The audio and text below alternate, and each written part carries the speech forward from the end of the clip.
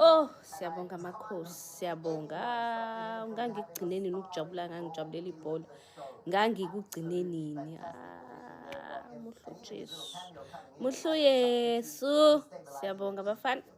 Thela induku. Sasikugcine nini kodwa ukuwina. Kodwa it's fine. It's fine, Shem. Nisenzile nathi abantu ebantwini.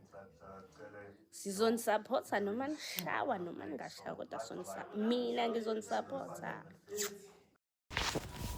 Hello Mzansi, welcome to Mgosa Mzansi. If today is your first time visiting this channel, please do the right thing and click the subscribe button, and also don't forget to smash the like button. Man, I now feel sorry for Usne. This Usne posted a video yesterday. Said Tolo Abegdala Pirates and Kaizer Chiefs. So most celebrities were like so happy could see winning Kaizer Chiefs. They bend a video.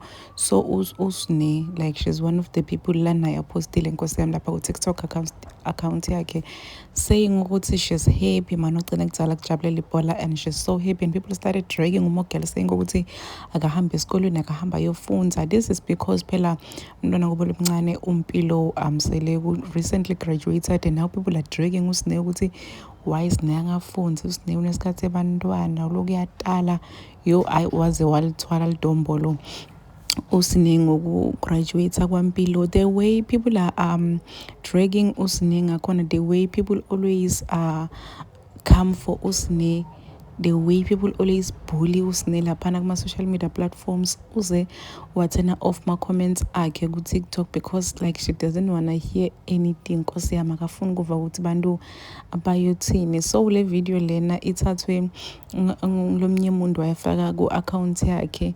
That's where people were dragging Usne khona ukuthi ihambe esikolweni hamba ugraduate wena abantu bayafunza ubhizi nebhola. Hayi Nkosi yami abantu bamdraga kuSne, and I wonder ukuthi why bantu bamhluku. But you know guys, bullying is serious ngalenye indlela. That's why people end up ukuthi batibulala, bantu ba end up abanema-depression because bantu bayababullisha guys, bantu bayababullisha. Kunomntwana bathi ngibhambi lotibulele, I think it's last month, even if it's not last of last month, because bambulishile ku-TikTok. Ibullying is very serious guys, very very serious. Ushame umuntu because of his body or her body akusi-right into lenjalo. Abantu banenhliziyo letincane guys, kuyazwela kuba buhlungu umuntu agcina abone ukuthi athi kutheni this is not working for me, athi ngithathe impilo yami. Hayi cha, sengiyamvela mina inyalo kuSne. Please do comment what you think below down in the comment section. Don't forget to hit the notification bell. I will see you in the next one. I'm signing out, so goodbye.